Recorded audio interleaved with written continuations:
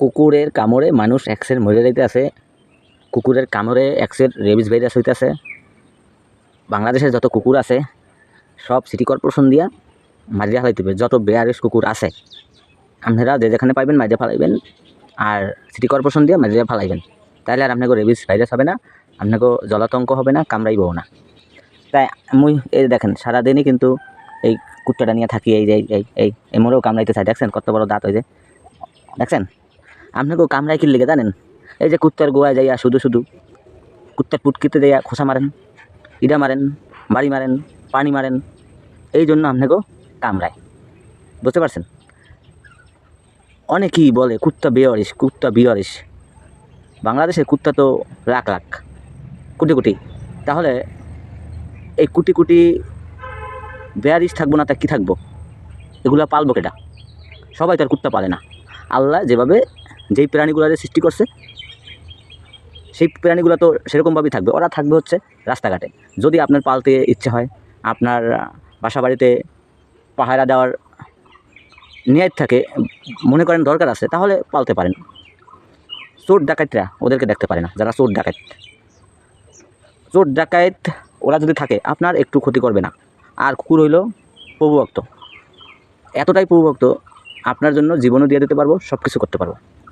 এখন এই কুত্তার পিছনে কিছু মানুষরূপী কুত্তা আছে, তারা ওদের পিছনে লাগছে শুধু শুধু খামাখা। মানে ধরেন ওদেরকে পছন্দই হয় না, ওদেরকে ভালোই পায় না। ওরা যে একটা প্রাণী, ওদেরকে যে আল্লাহ বানাইছে, ওরা যে আমাদের আশেপাশে থাকবে, অবহেলা নিরীহ প্রাণী, এটা মানুষ মানতেই চায় না।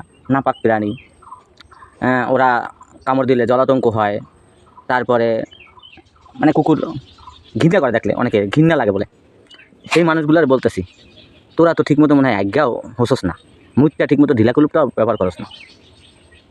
এই কুত্তার পিছনে লাগিয়ে থাকোস কা তোরা? ঠিকমতো মনে হয় একক তো নামাজও পড়ো না।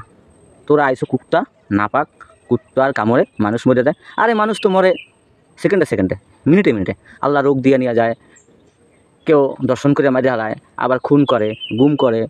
তারপরে কিছু হইলেই মানুষের সাথে দ্বন্দ্ব, বিরোধ, ঝামেলা, ঝগড়া ঝাঁটি, মানুষের হক মেরে মানুষ খায়।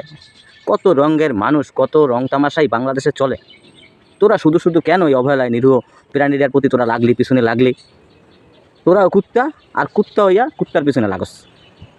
মানুষরূপী যেগুলো কুত্তা, এরাই এই অবলা প্রাণী, বিড়াল, কুত্তা, পশু পাখি, তাদের পিছনে লাগে। তাদেরকে দেখতে পারে না, সহ্য হয় না।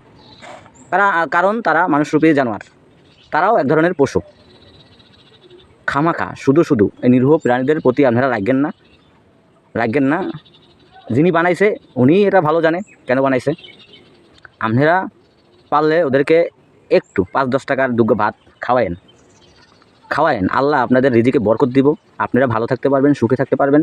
যদি খাওয়াইতে না পারেন তাহলে ওদেরকে মারবেন না, ওদেরকে কখনো মারবেন না।